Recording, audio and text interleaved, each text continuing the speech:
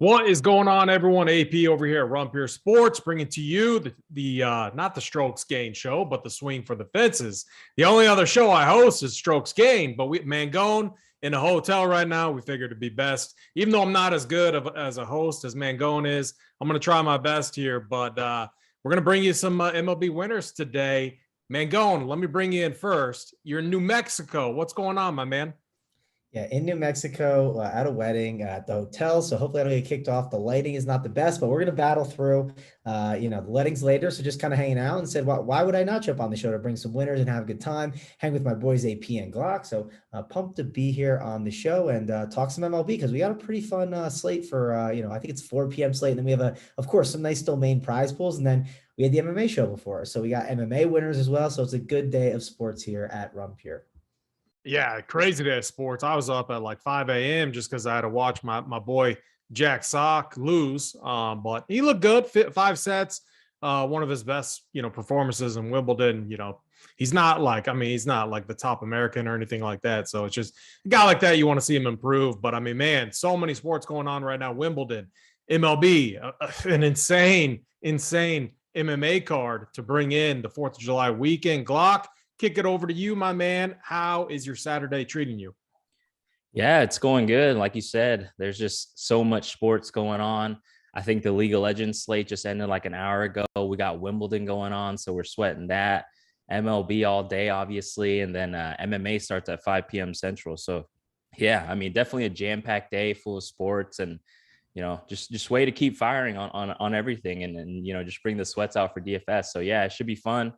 This MLB slate looks like a lot of fun as well. Does look like there's some weather we have to keep track of, but obviously, we have a little while before locks, so we can't really touch on that. But yeah, it's going to be a fun Saturday for sure. And yeah, definitely can't wait for the MMA card. Definitely elite top to bottom. I know MMA is Travis's favorite sport to play, especially in DFS. So yeah, I just can't wait to sweat it out and listen to him in the DMs of, how good of a sport MMA DFS is. Yeah. You have to expand on that. I mean, you both are laughing there. Maybe there's an inside joke that I'm missing out on. Mangone, you don't like playing MMA? What's going on, man? No, AP, because what's worse than when you pull, there's no equivalent in DFS to when you pull up a slate and you haven't even put the damn fight on, right? And there's a knockout in 2 seconds and it's all that's optimum. You didn't have it. It's cool. It doesn't matter if I played him or didn't play him. The slate's over. That's why I don't like MMA as much. Glock, I will say this. I have a long car ride home tonight. I have a 5.5-hour car ride home after the wedding that I have to do. And let me tell you, I would rather play MMA DFS than do that car ride. So there is one thing I got to do tonight. So I won't be able to catch the fight, sadly, too. I know it's a good card, and everyone's excited about it for sure. I definitely hope you guys have a good one. And we have a lot of people at the live trying to make that live final, right? I think this is the big day where I think Title, Hoop, I think 4 of the 5 RPS guys are in that next round trying to get to that live final. So good luck to those guys too, though. Listen, I won't play MMA, so you guys can ship it all, and I'll ship some other sports. Yeah, we got Title, we got Big T, Hoop, and Pinto got Flow, a member, longtime member, awesome dude, I believe, all in the live final today. We got Parabay, we got Cesar Martinez, Corey Pooler. Man, we got all the regulars in chat today. Love to see it. Absolutely love to see it. Hit the like button, hit the subscribe button. It helps us out a lot. And we're going to dive into this MLB slate. We're going to cover the 4 p.m. slate. It looks like the best. That's usually what we do on Saturdays. DraftKings, FanDuel, they always break it up, all different on Saturday. Sometimes FanDuel has 4 slates. You know what? Here's what we're going to do. We're just going to break down whatever the main slate is, the largest and main slate with the best contests on DraftKings. Today, that is the 4 p.m. Eastern slate. Let's dive into pitching. Glock, let me kick it over to you. Talk to me about kind of this upper tier of pitching. Looking at Dylan Cease all the way down to, let's go George Kirby, 7,800. Yeah, so I think you just kind of made my job pretty easy because I feel like this slate is pretty straightforward, and the ownership will be concentrated on the top guys for sure. And I think it's a really interesting pitching slate because I think a lot of the top options are guys that RPS has really targeted so far this year. In a way, they're kind of like the RPS darlings, right? So Like you said, I think it kind of makes the slate easy. So yeah, obviously you have the highest spend up in Dylan Cease. Can't ever go wrong with him. I love Dylan Cease, what I've seen from him this year. Second highest K rate on the slate at 35.7%. Lowest expected slugging rate at 0.318. Lowest xWOBA at 0.266. And San Francisco has struck out at the third highest rate versus right-hand pitching since June 15th. So, I mean, we saw last night, right? The last night's game ended 1-0, and we had lower level pitchers in Lance Lynn and Cobb. So tonight we'll talk about Logan Webb later, but I think this game features two even better pitchers than last night. So I think it's a great spot to stack up those two pitchers, based on the weather.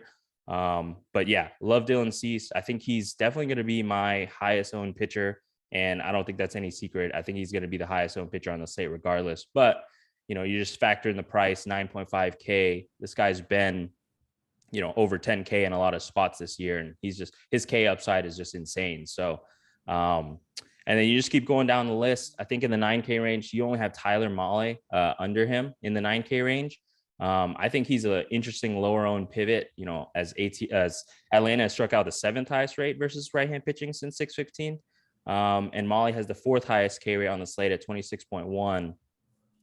But he is in the bottom 5 in categories such as expected slugging, xWOBA. And it does feel like he tends to do better against like weaker offensive teams like Arizona and Pittsburgh, but struggle against like the powerful offenses like the Dodgers. So it is a bit scary rostering him against a team like Atlanta, but the ownership will reflect for sure. And he's definitely going to be the lowest owned guy that I'm going to talk about today for sure. So I think he's an interesting tournament option. And then do you want me to go into like Logan Webb and Strider and Kirby, or do you want Mangone to touch on these 9K guys first? Yeah, I mean, you can finish it out. No big deal. I mean, I kind of did that by design because like after George Kirby, it kind of sucks, and it is what it is. Though we'll get through pitching quick, and we'll get to the game by game breakdowns. Yeah. All right, so yeah, I'll just go on to Logan Webb. Like I mentioned, Dylan Cease and him, I think, are in a strong consideration for me to just fully stacking that game up in a pitching duel. Logan Webb, he's kind of gotten off to like a slow start this year, but I think he's really picked it up as of late. 32, 24.2, and 26.5 fantasy points in his last 3 starts. The White Sox definitely don't strike out as much, only ranking 21st in the league against right-handed pitching since June 15th. But I think a lot of us know that their offense hasn't looked good, to say the least. I think there was a stat thrown around on the Up to Lock show yesterday that I don't think anyone in their lineup has hit over 10 home runs in the season. And we're kind of deep into the season. So that makes me like Webb a lot here. He only had the 7th highest K rate on the slate at 21.9%, but I definitely think there's room to grow. He had a 26.5% K rate last year. So yeah, I'm all in on the Webb and Cease train for sure. And then we have Spencer Strider. Like, he bounced back after a really tough outing against the Dodgers, only posting he posted negative 0.6 fantasy points against the Giants, and then he bounced back, posting 24.5 fantasy points against the Dodgers. So that's kind of things you love to see when it comes to a young pitcher. And now he gets a Reds team who's struck out at the 11th highest rate on the year against right-handed pitching. Strider actually leads the slate in K rate at 36.2%, and he's only given up 3 home runs on the year, which is tied for second least. So yeah, I love the price and the matchup here for Strider. He has high strikeout upside, which is something I'm always looking for when it comes to pitching in DFS.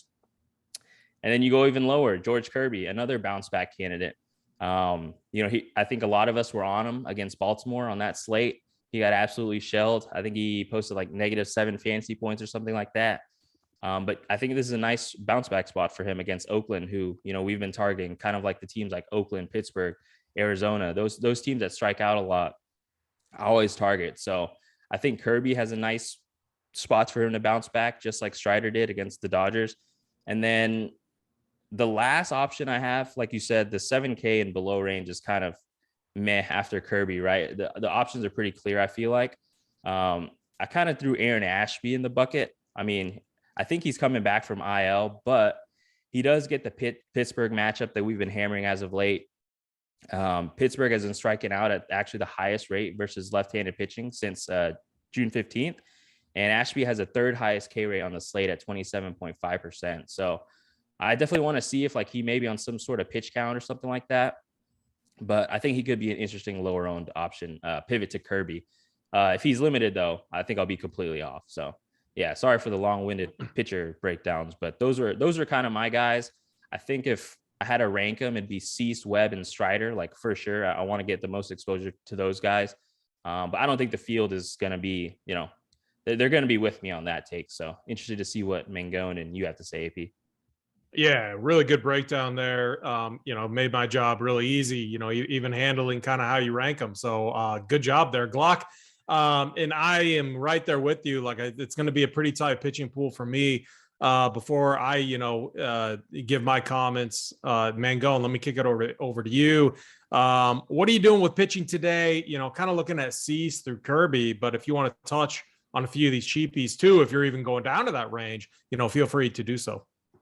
Yeah, so building out the pitching pool today is interesting because you brought up a good point earlier. Like you don't want to dive deep into that range that you were kind of talking about. Like this top end range is just where you need to live. And one thing you can do when you build out your lineups is just like put in both the top end arms and then like get rid of like one of the top end arms and go all the way to the bottom and just see what kind of upgrades you can get. Do you need to go up there? What offenses are we prioritizing today that are musts? The key here for me is I don't think that we have offenses to like prioritize where I want to prioritize both my pitchers. That's kind of my starting point. Like I think Cease, Webb, Strider, and Kirby are the top four guys. I would put probably Cease number 1, Webb 2, Strider 3, Kirby 4, probably in that order. I know it sounds lame and it's like, nothing crazy, but I think that's kind of how I would rank them at this time. But one thing I'm going to think about when I build out my lineups, when I kind of run stuff in the optimizer, what am I going to look at? I'm going to say, how much is like the Cease and Webb combos popping? Let's say those are the two most popular routes. Am I going to play that with the Brewers stack on this slate, who might be the most popular team? No, probably not. I'm going to find ways to make it a little bit different. Those are things that you just need to look at, trying to mix and match your pitchers in different ways. That's ways to just make your pitchers very unique, or just change your stack completely and make it just a unique stack. So on top of that, though, I think those are the 4 pitchers that you're looking at. I think if you play like Aaron Ashby, he's one of those cheaper guys that has a lot of upside for the price. If you look, he has a 5.5 strikeout prop on this slate, and he gets the Pittsburgh Pirates. That's a pretty good spot. The implied total, 3.65. Aaron Ashby is definitely an option that can really get the job done at that price tag. I also think that Jose Urquidy, I've probably butchered his name there, but he is someone that I definitely think is in play. I think people are going to be a little cautious because they're going against the Angels, and the Angels have, obviously they have Ohtani, they got Trout, they have some really good hitters in that lineup that sometimes people can be worried about. But if he can get through them, he has the upside and the ceiling to do well at that price. So I do think he is certainly in play there at 7.3K. And that's like really the pool overall for me. I don't really want to mess with anything else. I don't see anyone to go and just punt with. And I also don't think it's a slate you need to punt. That's one of the keys. Sometimes people just want to find a way to be different at pitcher, or they say, oh, I want to jam in this offense. Well, you can jam in offenses and get these pitchers, I think, pretty easily. Like I don't see like 2 offenses that you want to jam in that are expensive bats to have a cheap pitcher route. So that's kind of the overall take for me. I'm going to play between those 6 pitchers. I'm going to mix and match them. The 4 that I like the most, like I said, are Cease, Webb, Kirby, and Strider. And then I'm just going to mix and match my offenses. It sounds really lame, but I don't see many other pitchers to like. And I think offense is going to be very spread out today. That's the spot where you want to find ways to get unique today. Just eat those 4 pitchers, try to find the right combination, and go from there.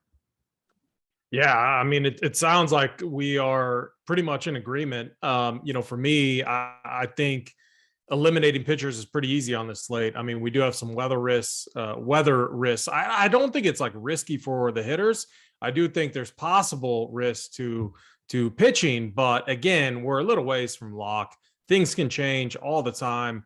And so that's something to monitor in Discord. So, make sure you're in Discord later today. Doesn't matter if you're by the pool, whatever, pull it up, pull up Discord. We'll be talking about it in there for sure. But, for me, I look at what Dylan Cease is doing. Obviously the highest strikeout rate on the slate, 35, almost 36% there. And, man, a 3.5 xFIP. The guy's been incredible, like absolutely incredible, very dominant. Ran over the Blue Jays, then the Orioles, 11 Ks, 13 Ks. I mean, I feel like we've seen multiple ceiling performances. And, for me, these guys, like, it's so hard to just continue to pitch at that elite of a level, continue to dominate. And when you look at his 9.5K price tag, I don't know like how he isn't like the most, popular pitcher on the slate. So it's baseball. It's the Giants, a team that like always seems to piss me off. It doesn't matter if I'm running a pitcher against them or if I'm playing them. That team just frustrates me. And I think this could be a tougher spot for Cease. I think he's a phenomenal play, but in tournaments, I like going the route that Glock mentioned, kind of a double bounce back route with George Kirby and Spencer Strider. Both guys coming off, young guys, both coming off tough outings, but 8.2K, 7.8K, very tasty price tags. And then the other guy's Logan Webb. I'm thinking about like consolidating to like a 3-player pool for pitching for me. And I believe it's only going to be like a 3 to 5 lineup day for me as well. But I think I might make a stand where I eliminate Cease. I say I think because that 9.5K price tag is just really tough to overcome. And if I come across a build where salary doesn't really matter and Cease fits in there kind of like a gem, then, I might run him in a few just, if I'm multi-entering. But outside of that, I like the bounce back spots. I think in tournaments, I might get some leverage over Cease builds. So yeah, I think we both did a good job. You guys both, I mean, Mangone, you gave your kind of favorite, 1, 2, 3, right? Yeah, the order is basically simple. It's Cease, it's Webb, it's Strider, and then it's Kirby after that. The one thing I do want to call out though, like the weather around, there's got some weather spots here a little bit, some rain, but that game that we are just talking about, the Cease and Logan Webb one, it's going to be 55 degrees there. It is going to be wind blowing out 25 miles an hour, but that's just something to watch for a little bit. Cause like you got games that are like 85 and 90 and it's really cold over there. You're right. That is, I might be walking, luckily we got time. We got Discord. We'll be in Discord. Cores will be posted. I believe all 3 of us are on Cores today. And so like, I know I'm saying that now, like I would love to fade the highest owned pitcher on the slate is kind of what I'm saying. But like Mangone, like you just said, if it's going to be like that good of a game for, pitching environment type game, very, very tough to fade. And we can always get out. It is going out 25 miles an hour. So like, I don't know, what's better, like what wins there, the 25-mile-an-hour winds or like the cold. That's something I guess we could maybe discuss a little more in the Discord chat and try and figure out. But I guess what I think I might do is, because I don't know which side's going to win, but maybe I'll just stack my Cease with Webb a lot, right? Just because, and I don't know if that's the most popular route, but just because if the game then hits for like being way better for pitchers, then it hits well. And then if it doesn't, well, then those lineups blow up. That way they're not all separate from each other. That's an idea to go with there. Yeah, Ballpark Pal, free resource out there, really great to use. They have it as a very favorable pitching environment, minus 26% to home runs. Take that for what it is. I think that park is one to where wind doesn't necessarily matter as much for some reason. I don't necessarily know why. I think they designed it like that, AP, with that in mind. Yeah, very good. There's other people out there that appeal to that type of stuff, and I lean on them for that because I really don't care. I just would rather know what the bump is, and I'm showing a bump to pitching. So I might be walking my my words back a little bit on Dylan Cease. I mean, he's been too good, too dominant, and but I will be tilted if the Giants get to him. They always just do, and so we'll see. Let's get to the game breakdowns. Glock, let me start with you. Let's just start with that White Sox-Giants game. Two very fine, pretty strong arms there on the mound. Are you targeting any of the bats in this game? Yeah, I think Mangone touched on it, like where he's thinking about just stacking up the pitchers. I think I touched on it as well. Obviously, if you stack up the pitchers, you're not going to have any interest in the offenses. So, yeah, for me, I think this game's pretty easy. I was actually on San Francisco some last night, but it didn't work out, obviously. I thought Lance Lynn against lefties was a thing to expose. But, yeah, 2 better pitchers on the mound tonight, in my opinion. So, yeah, no offenses in play for me here. Definitely focus on the pitching. And like I said, just this stack and Cease and Webb, if you see that in my core later today, don't be surprised because I'm pretty sure that's the route I'm leaning for sure. Yeah, Mangone, same question to you. 7 total on this game. Good pitchers. Are you playing any bats here? Yeah, I love the C-Swab route. We might be arm in arm there, Glock. We'll have to see. But yeah, I always say this on the shows. Like, I see a 7 total. I'm just like, is a 7 total going to beat me today? Like, I'm good. Like, there's other ones I can attack. If a 7 total beats me, it beats me. You know, if it's not happens to be the game winner, please let me know, because I feel like I say that all the time and I never see it happen. So 7 totals are one that I'm not worried about. I'm out on this game. Mangone, I'm going to keep it with you. Let's go to the Cardinals Phillies game. We got a 10 total. Outside of the storms that may or may not hit, I mean, it looks like very good hitting weather. So what are you doing with this spot? Yeah, great hitting weather, right? 86 degrees. The wind's gonna be blowing out like 10 miles an hour. And I'm not scared of Kyle Gibson. I think that Matt Libator, we can own the libs there with the Philadelphia Phillies. So he should be a fun guy to target here. The Phillies have been hitting a lot better too. That's actually worth mentioning. Obviously with like the righties, like Hoskins, like Castellanos, JT Realmuto. I don't know if he's been heating up finally. He's been definitely a little rough this year. Seems like he's gotten a little better, but yeah, overall, this is a top end offense that at the top, like Hoskins, Castellanos, Remuto, even Schwarber, you can play him lefty, and people might be uncomfortable doing that at 5.3K. The key is the bottom of the order. It's like, so you got Alec Boehm, that's a cheap little price tag. He's not bad against lefties. You got Verling, who he's shown some upside in the past, and that bottom, it's okay between like Herrera, Munoz, and Stott. I think the key for me though is if I do play this Phillies team, I would want to make sure to get like Hoskins and Castellanos on probably all my teams. And then like maybe one of Real Muto, Schwarber, and then probably get 2 of the guys. But I don't want to be playing that like 6, 7, 8, 9. I always talk about this. Like, make sure, like, don't just go into Saber Sim, run your 150 lineups, and then just like put the Philly stacks that it gives you. If you're playing like Cease and Webb, what might happen is you might not be able to get enough big bats, and that might not be a good setup. So be sure to look at that. That's going to be key for me. So yeah, overall though, I like this Philly spot probably more than the Cardinals spot. Again, Kyle Gibson is someone I'm down to target, but he's not someone that typically just gets blown up completely. And there are some pretty expensive price tags on these Cardinals, which could keep the ownership down, right? Paul Goldschmidt at 5.4K, Arenado at 5.1. You got Donovan now is at 4.5. He's not just that salary saver that we've had. Tommy Edmonds at 4.6. There are some salary relief plays at that bottom of the lineup with Gorman and Juan and Carlson. But overall, you are going to have to spend on those guys. So if you do play Cardinals, make sure, like I said before, go in, make sure Goldschmidt or Arenado, if you're playing a 5-man, are like part of those stacks and you're able to look at them and then see what it gives you for the rest of your team. Because if it's just giving you those like 6 through 9, it's not going to be a good setup. I think that would be really bad. It's just going to give you all these bottom of the order guys, possibly some of these top end arms. And I just don't think it'll be a nice setup. So be sure to look at that. That's why one worry with that Cardinals and the way their lineup is constructed. So I think I like the Phillies side more though overall. Yeah, I think I have a feeling both myself and Glock are going to agree with you. I mean, the Liberator, as we often call him, in his 3 starts, 6.7 xFIP, fly ball pitcher, a lot of hard contact. Usually those combinations all together is not good. It's good for the hitters. So great spot for Philly. Glock, let me kick it over to you. What do you think about this Cardinals and Philly game?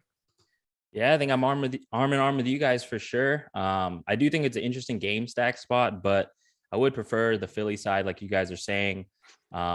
Gibson, I feel like he's shown that he can get blown up at times, but it does feel like he pitches a little bit better at home. If you look at it, in his last 2 games on the road, he's posted 12.1 and a negative 5.4 fantasy point performance. And then at home, his last 2 games at home, he's posted 23.8 and 15.3 fantasy points in his last 2 games at home. So I do think he tends to pitch a little bit better at home. So if I had to pick a side, it would be to stack up the Philly side offensively. This Matthew Liberatore guy, I feel like he's just been a truly mixed bag in his start so far this year. I think he's getting recalled. So if you like patterns, I know we have some pattern folks in DFS, like just look at his game log, 3.1, followed by a 23.7, followed by a negative 3.9. And then his last start was a 22.3 fantasy point performance. So if you believe in patterns, this next game, he's likely to get shelled and the stats back it up. So he allows the highest walk rate on the slate at 12.2%, highest ISO at 0.254, allows the highest expected slugging rate at 0.589, and also allows the highest xWOB at 0.400. So Yeah, the metrics all back it up to own the libs today. And yeah, I mean, I don't prefer stacking up the Phillies without Harper in the lineup, but obviously, like Mangone said, if you do, you have to prioritize the top of the order power guys like Hoskins. I don't mind going Schwarber at all. I feel like if you 5-man stack, it's kind of wrong to leave him out, even though it's lefty. Nick Blastellanos, JT Realmuto, and then Derek Hall. I think he's hitting a lot of home runs now ever since getting, slotted into the starting lineup. He's only 2.6K in first base eligible. So yeah, definitely love the Philly side here. And then obviously if you do stack up the St. Louis side, you have your obvious guys. Just prioritize Goldie, Edmund, and then let's see who else is in the lineup. Arenado has been hitting it good. I love all the guys in St. Louis, but yeah, I would definitely prefer the Philly guys if I had to pick one side from this game. Yeah, I agree with you guys quite a bit. My only thing is if you're full 5-man stacking it, I would not go 1 through 5. I just think that's going to be too popular. Get Matt Verlaine in there, get, even Bryson Stott, second base. Some of these cheapies down there, I don't mind them. I would take 3 power guys from the top of the order and mix in 2 of the cheapies. And then you're going to be able to basically get whatever pitching combination that you want on this slate. So that's how I see this game. My lane is making it min 3 of those guys, right? I at least want 3 of them. I don't know if I'd want 3 from that bottom of the order. I think I want to have 3 of those top 4. 3 at the top. Yeah, I like that. Right? Yeah, of a Schwarber, Hoskins, Castellanos, Realmuto, and Bohm, right? Is that we got the lineup out? I wasn't even including Bohm. I was just considering the top 4. Those. The top 4. I like that. Yeah. So on your stacks, make a. Yeah, I like that. Yeah. So actually, one thing I want to touch on, I've been doing in Saber. Shout out to Saber. I got my Saber Sim shirt on with RPS. Love it. But yeah, I mean, one thing I've been doing in Saber is, creating those groups actually. So if there's a 5-man stack that I'm really interested in, obviously you're going to go into build lineups and then set that, at least 5 players from, let's say, Philly, right?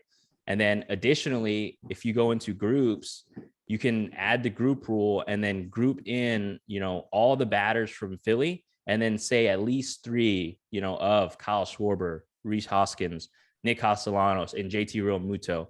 And then that way, when you're generating the lineups, it's going to ensure that you get all 3, at least 3 of those guys in your Philly stacks, because a lot of times, obviously the opto is it's a bunch of math and it's a calculator, right? So it's just going to jam in whatever obviously lineup adds up to the most projected points.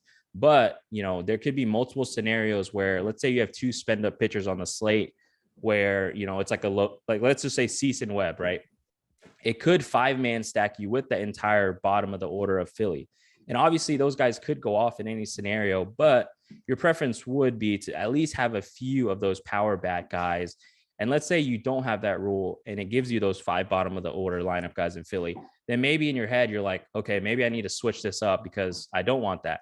And then you add in that rule. And then all of a sudden, your pitching pool changes because you can't afford the top of the lineup for Philly. So that rule is something I've been always, adding in and messing with in Saber. It's something really easy to do with how fast they optimize and stuff. So yeah, I just wanted to add that point in there because I know Mangone always touches on it where, he wants at least a few power bats, from any 5-man stack that he's stacking up. I like that. That's a great comment there. For sure. Let me keep it with you, Glock. Let's go to the Brewers Pirates game. Brewers coming off a monster night last night, and they get another phenomenal matchup against Bryce Wilson, who gave up 3 bombs in his last outing. Guy that gives up a ton of hits, ton of hard contact, and fly balls. Are the Brew Crew? I mean, 86 degrees there too. Winds gently blowing out. I mean, are they going to do it again, Glock? Yeah, I mean, the Brew Crew were kind of hurtful to us last night because I know some of us had exposure to Ronzi Contreras, and yeah, I don't think Bryce Wilson is any better. If not, he's worse. So I definitely prefer stacking up the Milwaukee side here if I had to pick a side. But like the previous game, I do think there is a potential game stack here as well because you have Aaron Ashby coming off the IL. And, I kind of made my points for him to kind of make him a viable, cheap value as pitcher option. But people do like to target pitchers coming off the IL. So he's the Pittsburgh side is definitely in play as well. But I would definitely consider them more as the mini stack side. And yeah, onto the Milwaukee side. I would expect more of the same from Wilson. I just think he's a way worse pitcher than Ronzi is. He has an 8.29 ERA, allows the 5th highest expected slugging rate on the slate at 0.525, the 2nd highest xWOB at 0.400, and allows the 3rd highest exit velocity at 90.5 miles per hour. He also has the 4th lowest K rate at 16.6%. So I don't think we have the lineup yet, but obviously, my priority would be in the guys with power, right? Willy Adames, Rowdy Tellez, Luis Urias, Tyrone Taylor, if he's in the lineup. And then I think Andrew McCutchen, he's actually been hitting it pretty well as of late for me. So he would be in play as well. And yeah, I mean, I think this stack is projected to be one of the more chalky stacks on the slate. Yeah, it looks like it. So, definitely like AP said for the Philly stack, don't go 1 through 5, right? If you're playing Cease and Webb, who are likely going to be the highest owned starting pitchers, don't go 1 through 5 with Milwaukee. Get guys in the bottom of the lineup. I know Big T loves Jace Peterson. If he's in there, he's always low owned, can always hit bombs. So you can get different that way with a little wraparound stack. Maybe Tyrone Taylor hits later in the lineup, and then Jace Peterson, mix those 2 guys in, and then jam in your power with Rowdy Tellez, Willy Adames. So yeah, that would be kind of my consideration. Love the Brew Crew here for sure. They're definitely in a great spot. But just keep in mind, they're going to come with a lot of ownership, and just be different when you're constructing your lineup. Yeah. So this Milwaukee team has been one where, man, when they're hot, they're a team I just hop on as fast as I can, because they stay hot for a good period of time, especially against right-handed pitching. I mean, if you pull up our handedness chart that's there for members, I mean, you're going to see the metrics are just so elite. In the 2 time periods since 5-1 and since 6-15, since it was last updated against right-handed pitching. And I love the lineup that they threw out here too, against Bryce Wilson, against a bullpen that sucks, that should be absolutely taxed. I mean, man, it just seems like such a good spot again. Mangone, what are you doing with this game? Are you going right back to the Brew Crew tonight? Yeah, the Brew Crew are definitely in play. One thing I kind of like about this team is when they are kind of chalk, you can kind of just go to Glock said, Jace Peterson, the bottom line. People just aren't going to go and do that. And they have cheap guys down there too that are just going to be low owned, right? People are not going to go to Jace. You go to Luis Urias at 2.8K, a Victor Caratini at 3.3. One thing that's frustrating about the Dodgers is if you try to play them and you go a Freddie Freeman, you put in Trey Turner, they have all these expensive guys. And then sometimes you just have one guy that's really cheap, like a Hanser Alberto, or it's been Trace Thompson. And then that guy just gets steamed up from the entire team. You have so many guys to pick from. That's what's been nice about the Cardinals lately, when they had a lot of cheap guys at the bottom of the lineup. You could take a Harrison Bader at a 3% or a Dylan Carlson. That's the nice thing I really like about this Brewers team. Yes, it is chalky, but if you are going to play them, it's pretty simple. Just do not play the 1 through 5. You need to make sure you're mixing and matching. I would make sure to probably get at least 3 of those guys between Yelich, Adames, Tellez, McCutchen. Maybe I'd add Wong and Urias in there to make it that. That way I'm mixing in a couple of these other guys. Maybe I'm mixing in a Caratini and a Jace, but overall, you want to make sure you're diving into this bottom of the lineup. The one guy I'm a little cautious about is Jonathan Davis. Yes, he's 2K. He does help make things work, but he's gotten a little bit better, at least. I didn't know much about him, so maybe I shouldn't exclude him. The other thing, too, is I don't like to exclude the 2K guys, even if they're actually terrible, if it's a slate where I really like the top-end pitching arms, because that can sometimes allow you to just get that top-end arm, and if they go for 40, like Big T likes to say, those big arms just absolutely crush and smash, well, it doesn't matter then. So at the end of the day, all these Brewers are in play. I think we have to consider them all. The one thing that's nice is I don't feel like there's just this one guy that's going to get steamed up that's the cheapie, and I feel like I can find ways to make it unique. So overall, I'm definitely on the Brewers today. I think I lean the Phillies over the Brewers just because of ownership reasons, but I'm going to have exposure to both offenses for sure. Brewers are definitely in play today. Yeah, I agree very much. And with the stack, the only thing I'll add on is I think you could fade Yelich. Wilson has been terrible against righties and lefties, and it's not like Yelich has been the best hitter on this team all season long. I know he's leading off. I know he's had a hit in his last 10 games, but he's not hitting out of the park. So again, you could definitely see you could run a Caratini, Peterson, Adames, Tellez, Urias. I mean, there you're eliminating two of the chalkiest guys on this team in Colton Wong and Yelich. I do like Colton Wong a lot. One of my boys there, and he's 3K. But so like what I'm saying is I think it's going to be easy to get different here by eliminating some of the projected higher owned bats, at least one of them. So like when I'm thinking about my lineups, if I have Yelich in there, I'm going to make sure I'm fading Wong, for example. Or if I have Wong in there, I'm not going to play Yelich. I'm going to set some rules like that. And then, I love the bottom, Jace, Victor Caratini. I think he came in last night. One at bat, hit a bomb. Luis Urias, dude has a ton of power, 2.8K, and is just smashing. I mean, he should be the highest owned guy in this lineup. He absolutely seems free. You can play him at second base and at third base. And I'm not going to play any Pirates here. Mangone, I'm going to keep it with you. Let's go to the Marlins and Nationals game. Yeah, Marlins and Nationals. It's at least in Washington, which is encouraging. I think there is a little bit of weather that could be there, but I talked about this. I remember one of the shows I was on. I saw Jackson Tetrault, and I was like, I don't know who this guy is. Like, he's pretty terrible, I'm sure. And then he got blown up that game. Don't think I have a lot of faith in him. I know he's gotten better. It looks like in the last two, but I'm not a believer. But the key is they're going against the Marlins. So you think the Marlins are the team that can get the job done. They do have some cheap price tags, so that's another encouraging thing. Let's say you do some double spend ups for your pitchers and you need some value plays. Like maybe a mini stack of the Marlins makes sense. I don't know if I love the 5-man as much, just because sometimes like you look at the slate and it's like, the reason I would want to do the 5-man is I feel like I have like an 11K Garrett Cole, right? Dylan Cease is an 11K. He's out there at 9.5K. I just don't know if I'll need that full 5-man Marlins stack. So I think maybe they're more suited for a 3-man stack on this slate. I think Jesus Aguilar is a pretty good one at 2.2K. That's a really nice price tag. Birdie's a little expensive at 4K, but second base is sometimes a little rough, so I wouldn't mind going to him. He seems like a solid cash game option if you're doing the MLB cash game streets here in July.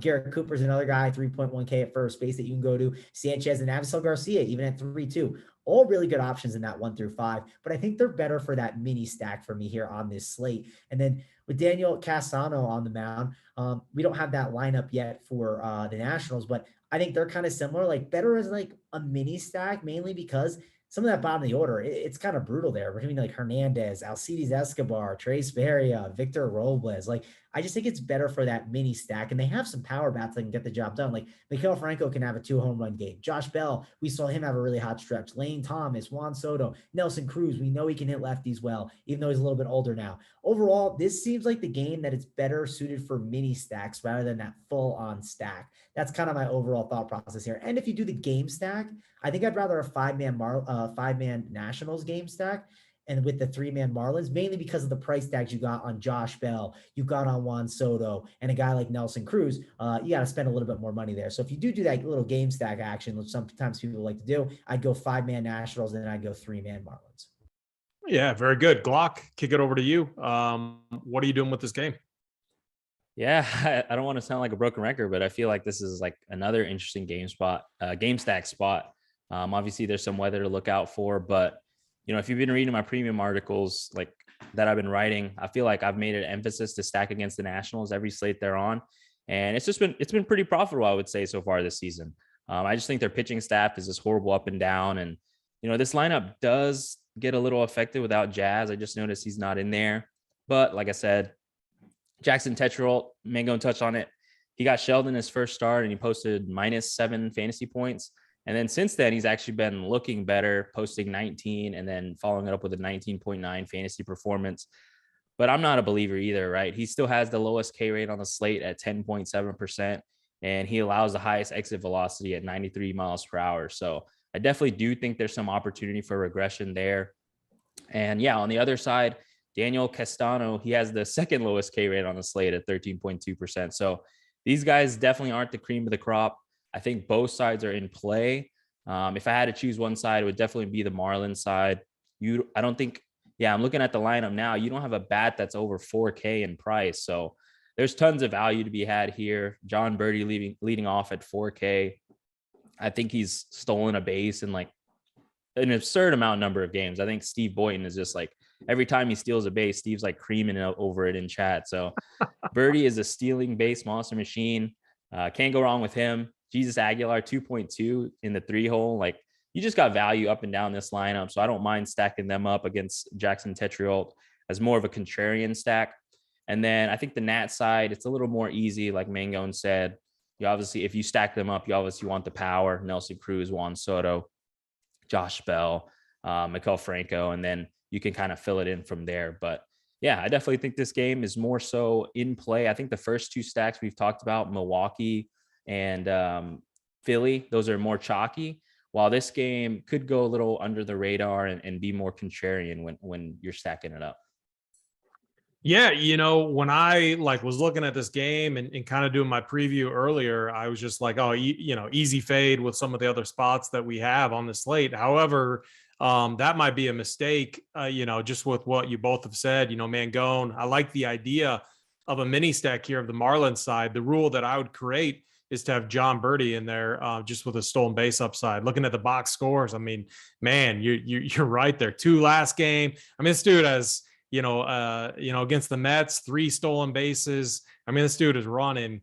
It looks kind of reminds me of some of these Royals guys. If they can ever get on base, they're always down to run. So that's something you like to see. But I like the idea of making it a mini stack. So have Birdie in there, and then maybe have Jesus Sanchez in there. Guy has a ton of power.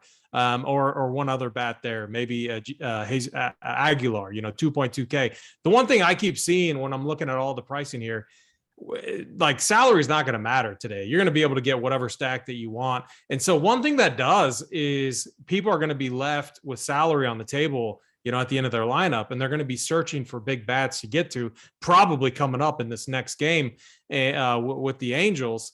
And so it's going to make roster construction pretty interesting. But for me, overall, I'm under on this game, but I do like a mini Marlins stack. Glock, I'm going to keep it with you. Let's go right into that Angels-Astros game. Yeah, so we're finally at a spot where I don't really love the offenses. I think this game features 2 semi-decent pitchers in Jose Urquidy and Patrick Sandoval. Generally, I've been in MLB. I'm more of a guy that just stacks against the bad pitchers and good hitting environments. And I generally don't like to target, the games where I somewhat respect the pitchers, right? If I had to pick a side in this game, it would be the Angels side. Urquidy, he's been better as of late, but he still allows the 3rd highest expected slugging rate on the slate at 0.575. And he's also given up the most home runs on the slate at 14 on the year, which is tied with Beau Brisque of Detroit, which, we'll talk about in a little bit. I'm not sure if I would 5-man stack the Angels here, but mini stacks with the obvious guys like Ohtani and Trout are interesting. Those guys are obviously always live to hit a bomb. And then, yeah, on the Astros side, I think Patrick Sandoval is serviceable enough to minimize the damage. But, Jordan, I think he's coming back from injury. So I think he's always viable as a one-off. The dude's been just hitting it incredibly. I know some people don't like to target, people coming off injury, but it's Jordan, for God's sake. So I think he's always viable as a one-off, but yeah, we'll need to make sure he's in the lineup for sure. I don't know if it's out yet. Oh, it is out. Let me see. Yeah, he's in there. Okay, yeah, he's in there. So yeah, I mean, he'll always be viable for me as a one-off option, but I don't think I love this spot to fully stack or anything like that. Yeah, I'm going to be in agreement with you. Mangone, Angels, Astros, what are you doing here? Yeah, the one thing that's crazy is Pablo Sandoval. I mean, the numbers, if you just kind of look at that, and let's say you're a numbers guy, it's tough to say, let me pick on him today, right? But look at Vegas, which I definitely kind of like to lean on them a little more. 4.7 total, I think, is the implied, around 4.8, almost at 5, right? And there's not these 6 total that sticks out on this slate or anything crazy like that. So I think that you could take a chance against Sandoval. The one thing I'm kind of thinking about on this slate is I'm thinking about maybe just more so doing Astros mini stacks, mainly because I don't think Sandoval's a guy that's going to get blown up, but do the Astros have power bats that can get the job done and can hit lefties? Of course, Jose Altuve, he can absolutely smash them. I mean, this year he's got almost a 400 ISO and over a 400 WOBA. Pena, who's got that bump up to the lineup, he's been hitting the ball really well. He obviously has deserved it. Yordan Alvarez can hit lefties. Kyle Tucker, he can hit lefties as well. I would not be playing Alex Bregman. He's looked terrible this year. But overall, those are really good options that you can go to. And there's even some value plays at the bottom of the order. We always know Gurriel, he can get the job done as a power bat that's going to not be owned on this slate at the first base position, while everyone else is getting Rowdy Tellez in their lineup and Rhys Hoskins. Chas McCormick is a cheap guy towards the bottom line you can go to. So there's a lot of options that you can consider here. I just like it more as a mini stack. I think it fits better in that way. If Sandoval gets blown up though, yeah, will you see that bullpen in there? Of course, that could easily happen. But that's kind of my overall takeaway. I think I'm just more so looking at those mini stacks. I'll run some 5-mans and see if they fit, but I just don't know how those like big bats and like Alvarez, Altuve, Tucker, I don't know how they're all going to fit when I spend up for pitcher. That's one of the fears I have, but that's why you just got to go in the optimizer, include the Astros stack when you kind of run everything, and then see how much you get. Maybe you'll be surprised that you're getting more Astros, and then maybe you'll make sure you'll put the build in or the group in, like Glock says, like I say, Altuve, Alvarez, Tucker, make sure to get those guys in there. You want to make sure that they're in your lineups, because if you run an Astro stack and it doesn't have Alvarez or Tucker, you just feel like an absolute donkey when the Astros are going off and you're like, well, I got Astros exposure and it didn't, you didn't win any money. So make sure you get exposure to those big bats if you are attacking Sandoval here. Yeah, the interesting thing is if you look at our handedness chart, I mean, the Astros grade out as like the best team to target on the slate. And then if you look at projected ownership, probably it's very low, and probably due to the high price tags here, making it a very interesting spot. And then if you dive a little bit further, it's the lefties that, even though Sandoval has been good against lefties, he really has, so it's kind of a concern, but it's the lefty on lefty matchup. Kyle Tucker, Jordan, they've been so good in these spots. Pena has been good, Altuve has been good, Gurriel I think had himself, I mean, he's even starting to wake up a little bit, and Chas McCormick is even coming off a decent outing, had a home run I believe in his last outing. Bregman, I agree with you guys, is kind of the odd man out. Like, he's just been terrible. So I think if you run a 5-man Astro stack, I think you're going to be pretty contrarian on this slate. And man, the Astros are a team that just absolutely dominate lefties on the mound. So I think it's a really interesting spot. It wasn't a spot that I was like, that I had highlighted or circled doing my preview this morning. And that's why I like doing these shows, with you guys, just because they make you think and about some of these spots. And if the Astros are going to be one of the lower owned teams on the slate for stacking, I think it's very interesting. Geez, that handedness chart, man, it looks tasty for Houston. I didn't realize how good it looked. Yeah, I know. I mean, it's that's kind of my last. I mean, that chart is awesome. It's always like, it is great. I always do my preview. I always look at a few other things, and then I confirm it with the handedness chart too. So yeah, it's definitely one of the tools I use at RPS the most, especially when I'm writing up the premium content. I'm looking at it more of like, the aspect of the K rates and, how much a team has been striking out. But obviously you can, do it in the exact reverse. And if you're a member at RPS and haven't checked it out yet, that's definitely one of the best tools we have on the site for sure, in my opinion. Yeah. So man, I'm the worst at like mentioning this, but I mean, we're not even at 100, like we're at 70 some likes. We're probably going to skip that. I mean, no matter what, we'll post the plays of the day in Discord, but we got to get a bigger number than that. I mean, Glock, what's the number? What's the number that everyone needs to hit? That's hurtful. We roll out a Saturday show free for everyone, and we can't even get the likes. I don't even know. Very, very hurtful. I mean, we have 222 watching. I mean, I guess I'm being easy, but if we can get up to 125 likes, what do you guys think? I mean, that I was going to say, is that too easy? 175, but it's win-win for the members, because like they don't necessarily need to hit the like button, because we'll post them in chat after this. So like, I wouldn't blame them if they're not hitting it, but we all appreciate it. We appreciate the love no matter what. But let me kick it over to Mangone. Let me keep it with you. Let's talk about the Royals and Tigers. Man, two terrible teams matching up, two bad pitchers. What are we doing here? Yeah, I mean, the one thing, it's 86 degrees, right? 10 miles an hour blowing out to left. So there is some weather that's beneficial to hitters. If you do take a Tigers offense, it's against a lefty, right? And it's against a bad lefty. And Chris Bubik is considered that, but is this the right slate for it? That's kind of thing that I'm debating here on this slate. It's crazy that Javi Baez is like, 6K on DK, right? And then you got all these other guys that are just absolute clowns at like 2.4 and like 2.5. You got Haas at 3.8.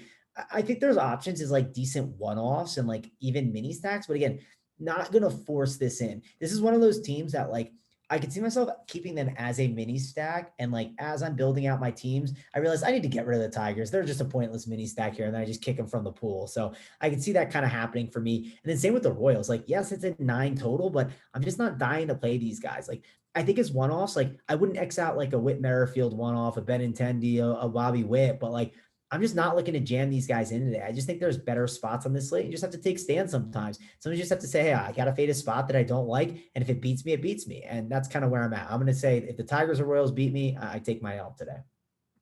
Yeah, everyone's going to be surprised, but I really agree with that take. Riley Green leading off is kind of interesting, but lefty matchup. But Glock, Royals, Tigers, 86 degrees, winds gently blowing out. What are you doing in this spot? Yeah, I mean, I pretty much agree with you guys. I think I have a little more interest in the Royals than I think you guys do. I had some exposure to them yesterday, expecting Pineda to get blown up coming off the IL, but it didn't quite work out. So I think I'll go right back to him here. Maybe get a little exposure in my MME sets, just because I think Bo Brisk, I don't know, I'm probably butchering his name, Brisk, the drink or whatever. He just ranks near the bottom of every pitching statistic on today's slate. So, this year I've definitely been diving in more to the stats, and I feel like it's been helping my game. So yeah, I'm going to attack the Royals side.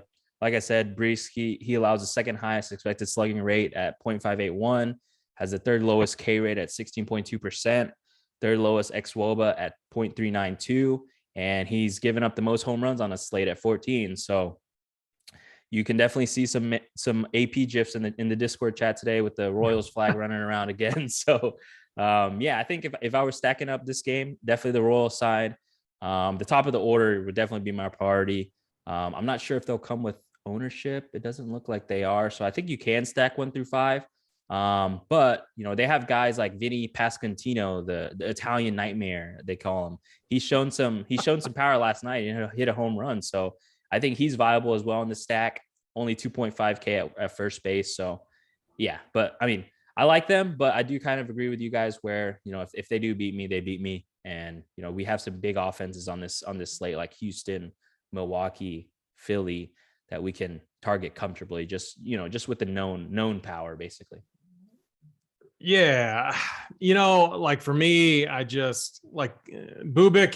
He's not good, but like, he's not like the worst guy in the rotation. And I just, looking at the handedness chart, I mean, if I'm leaning on that today, which it definitely sounds like I am, both of these teams grade out just so bad. Yeah, that's opposite of Houston. I mean, they're like the worst on the slate. So it's just like, man, handedness chart is really guiding my hand on this slate. So I think I might actually side with Mangone here. It might be locked arm in arm with him. We won't get the here we go again, Jeff, from Mangone with me talking up my Royals on the slate. So I think I'm going to be off this game. And it's just, if these two teams beat me, it's just, we got better spots. Like we got, the Brewers. We talked about, Phillies, Brewers, even the Marlins are kind of interesting. The Astros, as an unowned, like high upside stack. I rank all those higher than the Royals, Detroit. So Mangone, I'm siding with you. If these two dusty teams beat me, they beat me. Glock, I'm gonna keep it with you. Let's keep it going. We got only a couple more games to get to. A's, Mariners. What are we doing here? Yeah, I don't think I've played the A's all year. I know Big T's been loving them as of late, but no interest here on the Oakland side for me. I think we talked up Kirby earlier in the show. I do think he is going to bounce back. So definitely no interest in the A's. And then kind of like I gauge it the same as whatchamacallit, as the Royals, where I kind of have some interest in Seattle, but I don't want to force it on a slate like this. Obviously, Julio Rodriguez is a complete stud. Needs to be any Seattle stack that you make. And then you can really plug in with anyone you want, like Jesse Winker, Eugenio Suarez, Carlos Santana, if he's in the lineup. And Cal Raleigh's been hitting it really well. So that's an interesting contrarian stack as well for me today. But I lean probably just fading this game. And, like I said, I have interest in Kirby to bounce back. So no interest in the A's, and then a little bit of interest in Seattle, but they're definitely not going to make like my top stacks for sure. Yeah, this game's pretty much a fade for me. Cal Relay has been, very nice to me, very kind throughout the season, but I just see better catchers on the slate. So I'm fading it, Mangone. What are you doing? Are you playing bats in this game, or are you fading? No, I mean this classifies as like your 7.5 total. Like I'm good. Like this isn't a 2-game slate where I'm forced to play it. So like 7.5 total, I'm fading this one from a hitter's perspective. Only guy like is Kirby, and he's a pitcher. So we can move on to the next one, AP. Let's do that. I'm going to keep it with you. We got the Braves. We got the Reds. Very good, very friendly hitter park here. Should be 87 degrees. Winds gently blowing out. But we got Strider, who's decent. We got Tyler Mahle, who, he's been okay. He's not one that necessarily we want to attack, but he does give up a lot of fly balls. What are you doing here? Yeah, so Tyler Mahle and like Sandoval have some similarities. Like they're good pitchers that have strikeout upside. The one difference between Sandoval and Mahle is like Mahle actually gives up more hard contact and can actually get blown up. It's also a pretty good park for the Braves, right? Now they get to play in Cincinnati. 87 degrees. I typically like the Braves when they're going up against a lefty, just because I feel like those righties can get a better hand against them. But Mahle, he has his struggles against righties. That's where he gets hit hard more. So I think this is a good spot for the Braves. Not like a smash spot by any means. I do feel like we're going to get lower ownership on them than most days. That's at least a nice thing too. So I think the Braves are in play. They're not a team I'm like slamming on my teams or jumping to play. Like I'm kind of similar to UAP. I'm not playing as many teams today, probably 3. I'm writing up my 3 max stuff right now. And I'm trying to decide, do I put the Braves in there or not? I think they're a good play. I think they're in play, but I need to run some more lineups and see how it all fits, right? And see who's in the lineup. Like Ronald Acuna, he's at 6.2K. Dansby Swanson, 5.4. Those are some hefty tags, but there's also some really good tags on this team too. You got Matt Olson, 4.3K. That's a really nice option for sure at that price tag here against a guy like Mahle. You got Ozuna in the 6 hole, obviously at 4.1K. That's good. Duvall at 3K. We know we could have a 2 home run game at any time. Michael Harris in the 9 hole, 3-1. There's a lot of ways to make this team different, and there's a lot of value plays to do it as well. And I think that's something you're going to need on this slate. If you had a team like the Dodgers that was a bunch of like 6K, 5K guys, it'd be difficult to make it work on this slate with those top end pitchers. But that's the nice thing about this Braves lineup. So I'm debating on kind of putting them in and then making that last cut because I think it's a good spot. But I'm also thinking to myself, do I really want to target Tyler Mahle? Like, is he the guy that's going to blow up? So that's kind of the question. I'm curious to hear what you guys have to say about this spot because I do think it's a really interesting one. Yeah, Braves, obviously this lineup's going to grade out nicely from an ISO perspective against lefties or righties, but they've ranked 3rd during the given time period per the handedness chart. Very nice tool that obviously we keep mentioning over here, but something I like to look at. So definitely I think this is going to be an interesting spot, and I'm curious to see where ownership kind of lands on these Braves bats here. Glock, kick it over to you. What are you doing with this game, Braves against Cincinnati? Yeah, I'm actually seeing Atlanta as one of the higher owned stacks, which is a little surprising to me. I kind of touched on Mahle earlier as like a contrarian spend up option because Atlanta has struck out at the 7th highest rate versus right hand pitching since June 15th. So I do think he's interesting. And like I said earlier in the show, I consider Mahle like a serviceable starting pitcher, right? He's definitely not like a stud ace or anything like that. But like I would just rather target teams against guys like Bo Brisque and, just really bad pitchers, right? So Mahle's established guy, so I'll probably just lean towards fading the offenses in this game because I do like both sides for pitching more. But if you do consider Atlanta, I think they have viable plays all throughout the lineup. Michael Harris has been treating us really good. I know you're a big fan of him, AP. If Phil Gosselin is in there, he would probably be like a first X out for me. I'm definitely not going to consider him.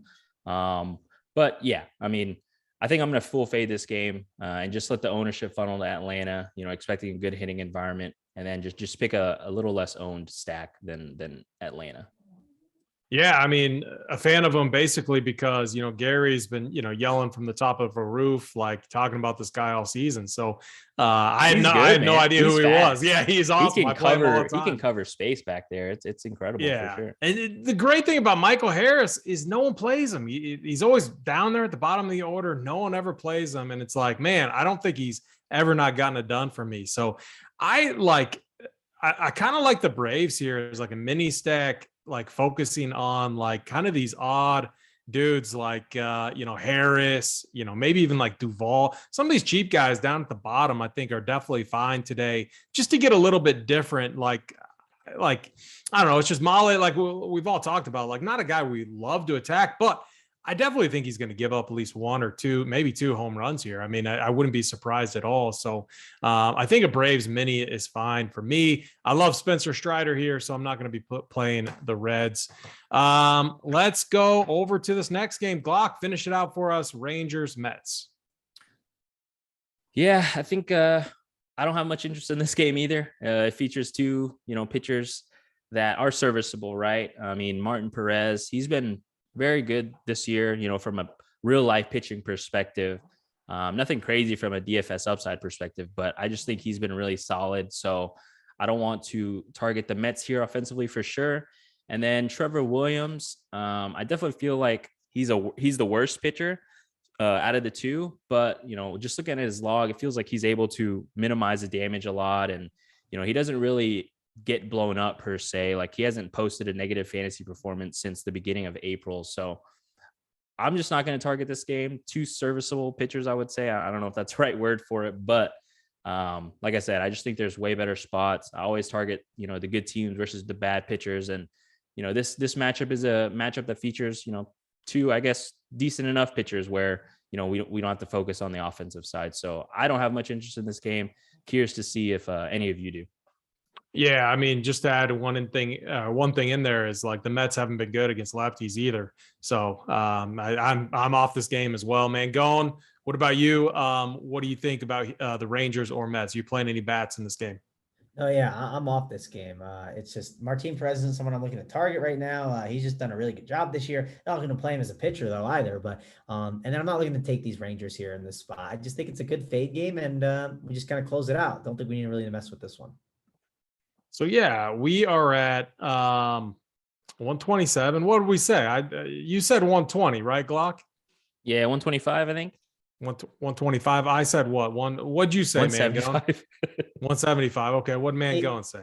He said 125. You didn't ask me, but I was fine with not having. What were you thinking? Be the bad guy. I mean, 125. All right. We'll be nice today. We'll be nice. Just because, as AB, this is what you do. AB, this is what you do. We go over our stacks first. We give them time to get that 9 more in, right? This is the time. You're giving your last second warning to get 9 more, or then we get it out of here. So we go through our stacks, and that should be like a nice 2-3 minute window for them to push it home, I think, AB. Let's see if we can hit 150. If not, we're posting them in chat. Let's go to our stacks. Glock, let me start with you. Give me your top 3 stacks on the slate. Yeah, so I think obviously I'll give 2 of the chalkier, but I mean, I definitely will have a ton of exposure to them and plan to get different, stacking like the bottom of the lineup and stuff. And I think my 2 favorite chalky stacks are definitely Milwaukee and Philly. And then as my favorite contrarian stack, I would say the Marlins against Jackson Tetriot. I think he has the potential to regress towards the mean here. Ownership will not be high at all with the lineup without Jazz Chisholm. And it's very cheap to stack up. So I like that route a lot as a contrarian route. And then obviously you have your 2 chalkier routes with Milwaukee and Philly. All right. Very good. Mangone, your favorite stacks, top 3. Yeah, so far my lists are Philadelphia number 1. I'd say Brewers number 2. I got Astros, I think, at 3. I think that's the team that I'm looking to kind of shove on next and hope for the best. I don't know what the 4th's going to be. Stay tuned. I'm going to post that in my 3 max stuff here as we kind of wind down with the slate. But that's my current 1, 2, and 3 rankings, and that's kind of how I'm going with it here on the slate. Yeah, I'm going Brewers, Phillies. So eat some chalk there. Astros. Looking at Astros or Braves, but I'm telling you, we're going to be able to get different. Caratini, Jace, like those guys are definitely going to be like in my stack. And we're going to, Yelich probably isn't. So there's always going to be ways to get different, even in chalk stacks. So looking at it, we got 130. We are going to post the plays of the day in Discord. Glock, Mangone, we'll all do that. We do appreciate everyone watching. I know there's some members that are holding back likes, and I don't blame them at all. So with that said, guys, let's all have a good afternoon. I believe we have a show tomorrow before all the festivities come. We're going to do a show early before the Sunday slate, obviously. And I got to check the calendar there. I was going back and forth with JSU about that, but we got, third and fourth. So real quick, before we get out of here, Glock, what are you doing on the 4th of July weekend?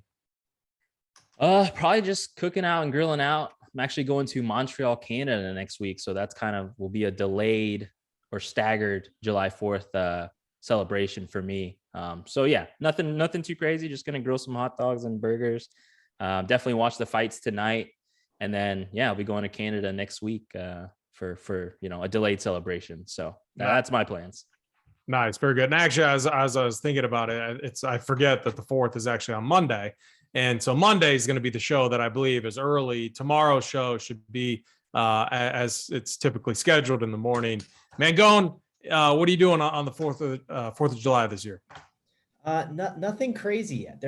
I might be doing some golf in the morning, still trying to figure that out. And then at night I'm hanging with friends though. So it'll be a fun, simple, 4th of July, just having some good food, drinks, and just having a good time with friends. So simple, but that's always a good time as well. Nothing crazy, but I should enjoy it. Yep. I hear you as well. So with that, stay safe this weekend, run Pier, helmet, get us out of here.